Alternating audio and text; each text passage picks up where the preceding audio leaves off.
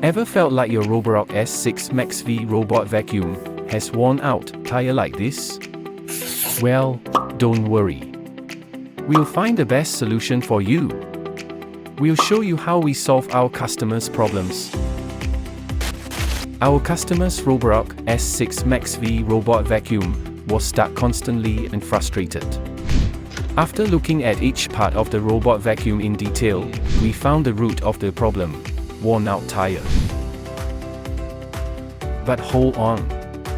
We found out there's another problem. Internal dirt. Dust piles lurking in every nook and cranny. OMG! Look at the dirt and dust on this part. Whoa! It's no wonder this robot isn't working at its best with dirt clogging the caster wheels. But don't worry. We've got the solution. We recommended a tire replacement and deep cleaning service.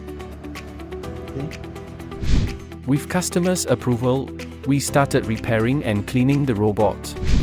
Afterwards, we do not immediately return the robot to the customer, but do unit testing first to ensure there are no further issues. Now the robot vacuum shines and works like new again. Why choose us for your robot vacuum repair?